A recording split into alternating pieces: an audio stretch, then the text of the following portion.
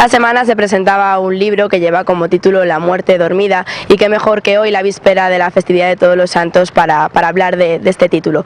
Su autor es un experimentado etnógrafo y el actual director de la Fundación Salamanca Ciudad de Cultura, Juan Francisco Blanco. Hola, ¿qué tal? Hola. En primer lugar, ¿nos podría explicar qué es lo que podemos encontrar en esta publicación, en La muerte dormida? Pues quizá el título resulta demasiado sugerente, pero también abierto en el concepto. Yo creo que el subtítulo a las personas que nos están viendo les puede dar una idea más próxima. El subtítulo del libro es Cultura funeraria en la España tradicional. Lo que he pretendido es proporcionar al lector una visión general, una visión global, una perspectiva muy general de lo que es la presencia de la muerte en la sociedad tradicional en todos sus aspectos, desde lo que es la muerte física, de cuando alguien muere, qué se hace con él, cuáles son las pautas de conducta, los velatorios, el luto, costumbres que estaban tan arraigadas como la caridad. Insisto, dentro de la sociedad tradicional, porque al final lo que me interesa es que a través de esa perspectiva de la muerte en la sociedad tradicional tengamos una percepción crítica de cómo enfocamos la muerte en la sociedad actual. Dices la sociedad tradicional, tradiciones que estaban arraigadas. Quizás es porque ahora actualmente, en el siglo XXI, el tema de la muerte o el culto a la muerte se ha quedado reducido simplemente al Día de los Santos. Sí, poco más, esto sí es cierto.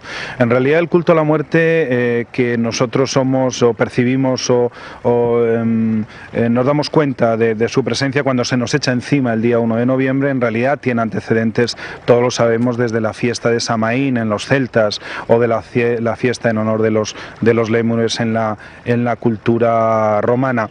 Lo que sí es verdad es que la sociedad actual ha rescindido este contrato con la muerte en el sentido de una relación cotidiana, permanente, diaria, que en cambio en la sociedad tradicional y todas las costumbres y las tradiciones que han ido desapareciendo nos demostraban. Nuestra sociedad es una sociedad que renuncia a esa presencia firme de la muerte, ha convertido la muerte en un tabú, ha convertido la muerte en algo de lo que no se puede hablar, y no solo la muerte, sino todo lo que rodea la muerte, la vejez, la enfermedad. De manera que al final la reflexión a la que yo invito al lector es si no debemos darnos cuenta de que el camino por el cual llevamos nuestra percepción de la muerte es un camino equivocado. Aquel individuo que no reconoce su propia condición mortal, su condición humana, realmente tiene muy difícil transitar por un camino hacia un horizonte perfectamente definido.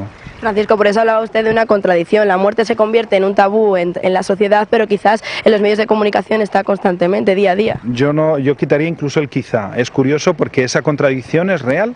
La muerte, como yo digo, en las distancias cortas de la experiencia vital se rehuye, y en cambio en las distancias largas, es decir, la muerte convertida en espectáculo, en primera página de periódicos, en primera noticia o primera imagen en las cabeceras de los informativos de televisión, es algo real. Hemos vivido una primavera, la de 2005, con la muerte del Papa, con las catástrofes, las guerras, que nos han hecho de la muerte una noticia de primera página. Eso lo asumimos, eso lo aceptamos, e incluso hasta, digamos, desde el punto de vista social, se convierte en un atractivo para vender más. Ahora bien, cuando eso se traslada a la experiencia personal es cuando cerramos la puerta a la evidencia.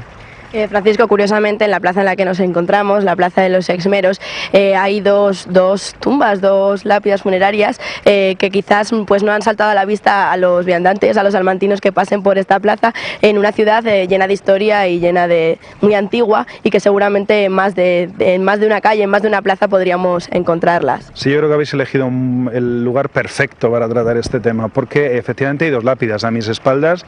En los muros de la iglesia de San Julián hay una lápida que dice: los que dan consejos ciertos a los vivos son los muertos.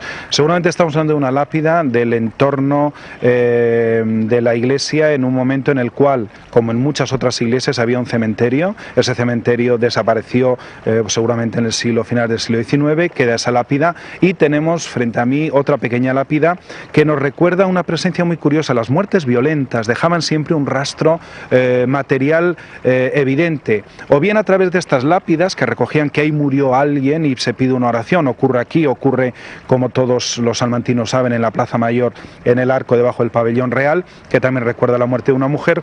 Y todos recordamos, estamos acostumbrados a viajar por las carreteras de España y ver estas cruces, que son en realidad monumentos funerarios, porque en la mentalidad tradicional se mantenía muy firme la idea de que cuando hay una muerte violenta por accidente, por ejemplo, el espíritu del difunto queda vinculado a ese lugar donde se produjo la muerte. De alguna manera estos monumentos funerarios son un homenaje y una manera de dejar constancia de esa presencia del espíritu.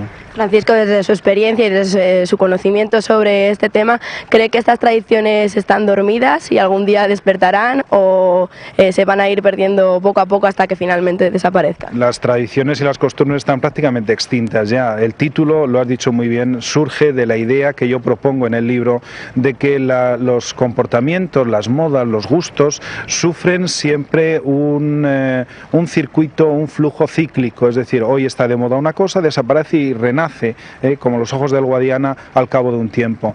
Posiblemente este rechazo de la muerte, cerrar los ojos a la evidencia de la muerte, es algo fruto de esta sociedad tremendamente hedonista, tremendamente defensora de valores como la juventud, el placer, el disfrute, que está bien, pero si perdemos esa perspectiva de nuestra condición mortal, estamos condenados al fracaso. Yo creo que esto probablemente es una moda y que quizá no pasando mucho tiempo se vuelva un poco a una presencia, digamos, más real, a una percepción de la muerte más acorde con nuestra condición. Este libro es el comienzo de una serie, ha contado con la colaboración de la Universidad de Valladolid. ¿Cómo ha sido todo el proceso de documentación? Bueno, el libro surge porque a principios de 2005 la profesora Mercedes Cano de la Universidad de Valladolid me pide que abra una nueva colección, una nueva serie, mejor dicho, dentro de la colección Acceso al Saber de las publicaciones de la Universidad de Valladolid. Quiere abrir una serie de etnología y quiere que la abra.